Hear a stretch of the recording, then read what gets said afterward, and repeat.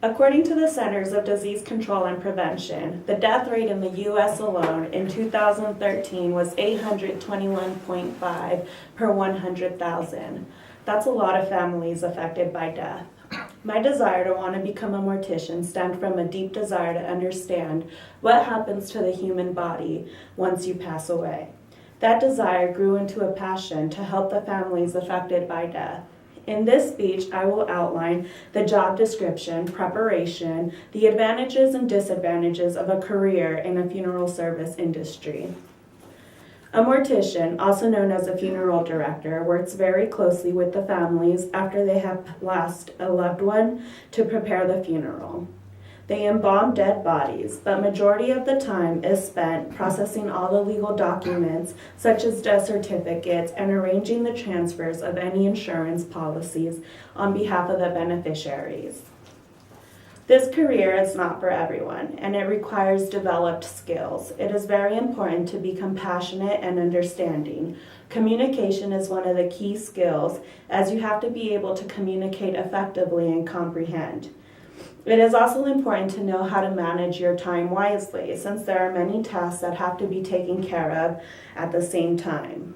In the long run, those skills will pay off. According to the Bureau of Labor Statistics, in 2012, the median annual wage for a funeral service director for funeral service occupation was $51,600 annually. They also mentioned that employment is projected to grow by 12% from 2012 to 2022 due to the many aging baby boomers. To become a licensed mortician, you must obtain at minimum an associate's degree in mortuary science. There are currently 57 mortuary science programs accredited by the American Board of Funeral Service Education, and according to them, approximately 51% of the funeral service graduates in 2003 were women, with an average age of graduates in their upper 20s. It is also required to complete a 1 to 3 year apprenticeship under the direct supervision of a licensed mortician.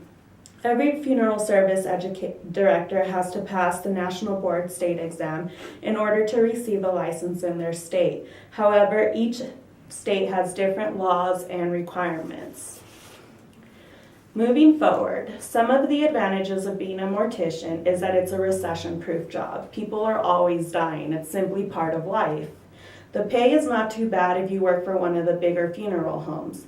The most significant advantage is being able to help members of your community and giving them the opportunity to open up to you.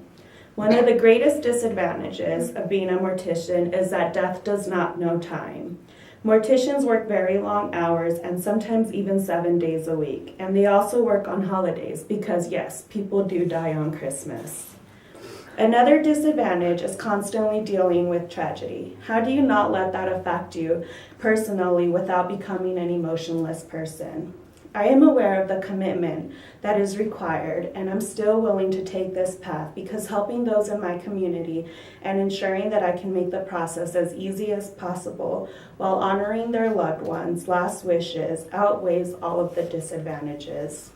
In conclusion, the committed lifestyle that I want to live in the funeral service industry is one filled with many sacrifices but greater rewards. No greater satisfaction than to honor someone's last wishes and to present them in a beautiful and peaceful manner for the very last time on earth. I am so passionate about life and death and the manner in which they exist.